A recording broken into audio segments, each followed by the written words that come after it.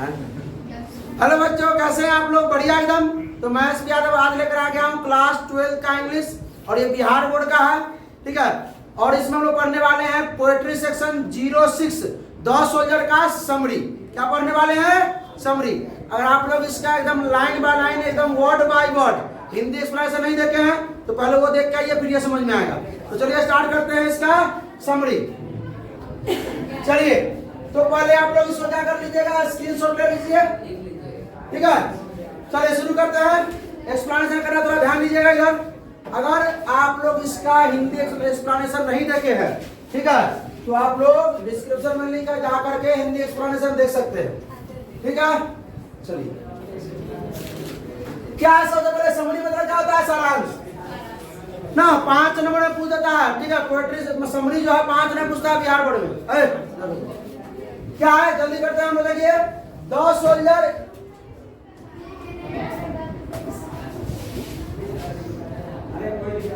Soldier is a very beautiful sonnet. The soldier क्या है? बहुत सुंदर सोनेट है। क्या है? सोनेट है, ठीक है।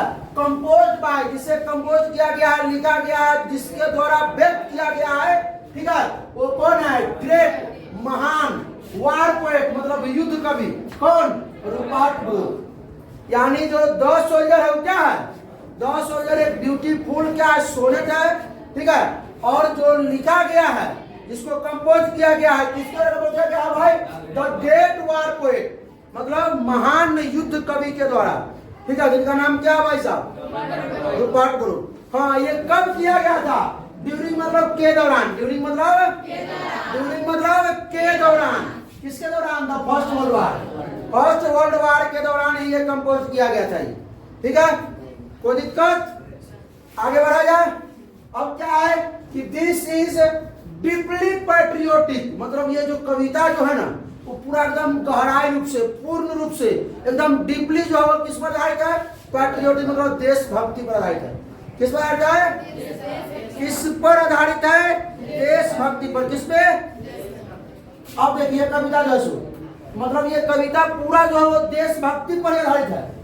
हाँ, डैट जो क्या करती है? एक्सप्रेस करती है, निर्देशित करती है। क्या करती है? निर्देशित करती है, बताती है।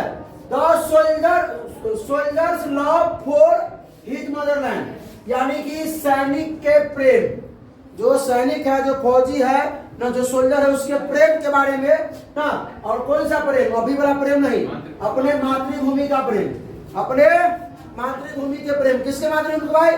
सोल्जर को अपने मातृभूमि के, मतलब कोई भी सैनिक है तो उसको अपने देशभक्ति, मतलब देश के प्रति कितना प्रेम है, ठीक है, कितना प्यार है, उसके बारे में ये व्यक्त करते हैं। कोई दिक्कत? तो द सोल्जर जो है ब्यूटीफुल सोनेट है, जो कंपोज किया गया है ग्रेट वार पोएट, किसके द्वारा? Rupert Brooke. कब किया गया? During the civil first world war. कोई दिक्कत? समझ में आए ये? उसके बाद क्या है कि दिस इज द डीपली, मतलब पूर्ण रूप से, एकदम गहराई से, पूरा गहराई तक ये क्या है? ये पैट्रियोटिक पोएम है, मतलब क्या है? ये देशभक्ति कविता है ना। देशभक्ति के ऊपर लिखा गया है, देश के प्रति कितना प्रेम है, और जो एक्सप्रेस करती है, जो निर्देशित करती है, जो बताती है, किसके बारे में? सोल्जर के प्रेम के बारे में, कि सोल्जर अपने मातृभूमि से कितना प्रेम करते हैं, ठीक है। इन दिस पोएम, इस कविता में द पोएट, जो कवि जो है वो डिस्क्राइब करते हैं, वर्णन करते हैं। कवि जो है वर्णन करते हैं किसका? फीलिंग का, मतलब जज्बात का, अपने फीलिंग का ना। ऑफ एन इंग्लिश सोल्जर, मतलब अंग्रेजी सोल्जर के, किसका? ऑफ मतलब आगे की, अंग्रेज सैनिक, इंग्लैंड के सैनिक के जज्बात का, फीलिंग का, मतलब फीलिंग के बारे में क्या करते हैं? वो डिस्क्राइब करते हैं। हु मतलब जो, गोज मतलब जा चुका है, गया है, जाता है। गोज मतलब जाता है। टू कहाँ जाता है? फॉरेन कंट्री, विदेश में जाता है। कहाँ जाता है? कहाँ जाता है? विदेश में जाता है। टू बाय, टू मतलब के लिए, लड़ने के लिए। कहाँ जाता है? लड़ने के लिए जाता है ना। कहाँ जाता है? तो फॉरेन कंट्री जाता है, विदेश में जाता है। फॉरेन मतलब विदेश। क्यों जाता है? तो लड़ने के लिए जाता है। क्यों लड़ने के लिए जाता है? किसके लिए? तो फॉर के लिए, हिज कंट्री, अपने देश के लिए। इंग्लैंड के लिए वो दूसरे देश में लड़ने के लिए जाते हैं। ये बात समझना है? आगे बढ़ा जाए। उसके बाद कहते हैं he feels F-I-F-E-E से फील्स है। He feels that, वो हम महसूस करते हैं, फील्स है, F-I-F-E-E से। He feels that, वो हम महसूस करते हैं कि जो पीस ऑफ फॉरेन लैंड है, जो विदेश का जो टुकड़ा है, विदेशी जमीन का जो क्या है, टुकड़ा है, विदेशी जमीन का जो क्या है, ये टुकड़ा है, वेयर विल बी ना, जहाँ विल बी ब्यूरिड, वेयर मतलब जहाँ, मतलब विल बी ब्यूरिड मतलब दफनाया जाएगा, आगे की लग गया बिल है इसलिए, जहां उन्हें दफनाया जाएगा ना, इन केस ऑफ डेथ, मृत्यु के दौरान, मृत्यु के दौरान, that will be forever in land, वो जो टुकड़ा हो जाएगा, किसका हो जाएगा ना। कहते हैं कि मेरे बारे में सिर्फ यही सोचना कि यदि मैं युद्ध करने के दौरान, अपने दोस्तों से कहते हैं, साथियों से कहते हैं, कविता में याद है नहीं याद है, अपने दोस्तों से कहते हैं कि यदि मैं युद्ध करने के दौरान, कहा मतलब फॉरेन फील्ड में युद्ध करते करते मैं अगर मर जाऊं, तो मेरे बारे में सिर्फ यही सोचना कि जहां मैं मरूंगा, जिस देश, किसी देश में मरूंगा ना, तो देश जहां पे मुझे क्या किया जाएगा, मतलब दफनाया जाएगा या नहीं दफनाया जाएगा, कोई मेरे लाश को फेंक देगा, वहां पे मैं कंसील हो जाऊंगा, उसके मिट्टी में मिल जाऊंगा, उतना देर दूर का जो कॉर्नर है, जो सम कॉर्नर है, तो किसका हो जाएगा, हमेशा हमेशा के लिए इंग्लैंड का हो जाएगा, हमेशा हमेशा किस हो जाएगा।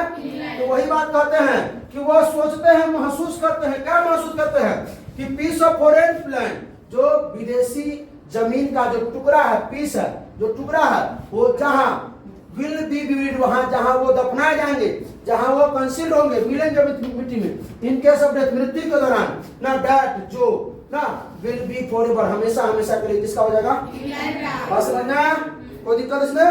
आगे देखिए, क्या ही कंसीडर्ड, और वह कंसीडर करते हैं, मानते हैं, वह मानते हैं कि पीस ऑफ फॉरेन लैंड, वो मानते हैं कि कहाँ का विदेश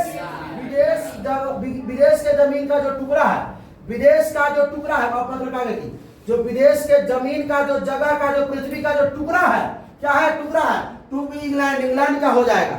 वह मानते हैं कि जो विदेश जहां पर वो मरेंगे, जहां पर वो दफनाए जाएंगे, जहां पर जिस मिट्टी में वो कंसील्ड होंगे, मिल जाएंगे, समा जाएंगे, समाहित हो जाएंगे, वो किसका हो जाएगा, इंग्लैंड का हो जाएगा। क्यों इंग्लैंड का हो जाएगा, क्यों इंग्लैंड का हो जाएगा, क्योंकि he was born in England, उन्होंने इंग्लैंड में जन्म लिया है, उनको इंग्लैंड ने जन्म दिया है, उनको इंग्लैंड ने, मतलब वो कहते हैं, वो मानते हैं कि जब मैं जहां मरूंगा वह उतना दूर, उन्हें कहते हैं पूरा देश इंग्लैंड का हो जाएगा।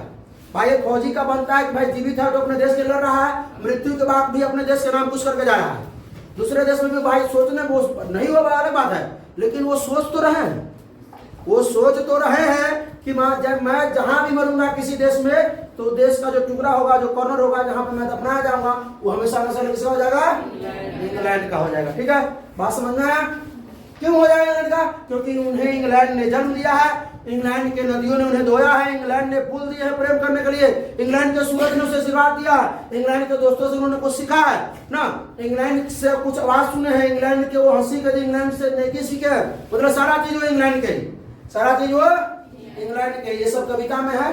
ठीक है, चलिए आगे देखिए। हाँ, ही आल्सो एक्सप्रेस, और यह भी वो निर्देशित करते हैं, यह भी वो दिखाते हैं, क्या दिखाते हैं, सेंस मतलब विचार, ऑफ मतलब का, और आभार, आभार दिखाते हैं, मतलब इसको क्या कहते हैं, कृतज्ञता, कृतज्ञता कहिए या आभार कहिए, या आभार का विचार प्रकट करते हैं, आभार का विचार प्रकट करते हैं, दिखाते हैं, इसको दिखाना मतलब निर्देशित करना, दिखाते हैं ना, ऑफ हिज कंट्री, अपने देश के, क्या वो दिखाते हैं, अपने देखिए, अपने देश के, किसके, आभार के विचार को क्या करते, प्रकट करते हैं, अपने देश के, अपने देश के क्या करते हैं, आभार के विचार को क्या करते हैं, वह प्रकट करते हैं, दिखाते हैं, फॉर एवरीथिंग, प्रत्येक चीज को दिखाते हैं, प्रत्येक चीज को, एक भी चीज नहीं छोड़ते हैं, जितना चीज उनको मिला है, जितना भी चीज उनको इंग्लैंड ने दिया है, वो सब चीज को दिखाते हैं। ठीक है, कि ही गॉड, उन्होंने पाया है, दे मतलब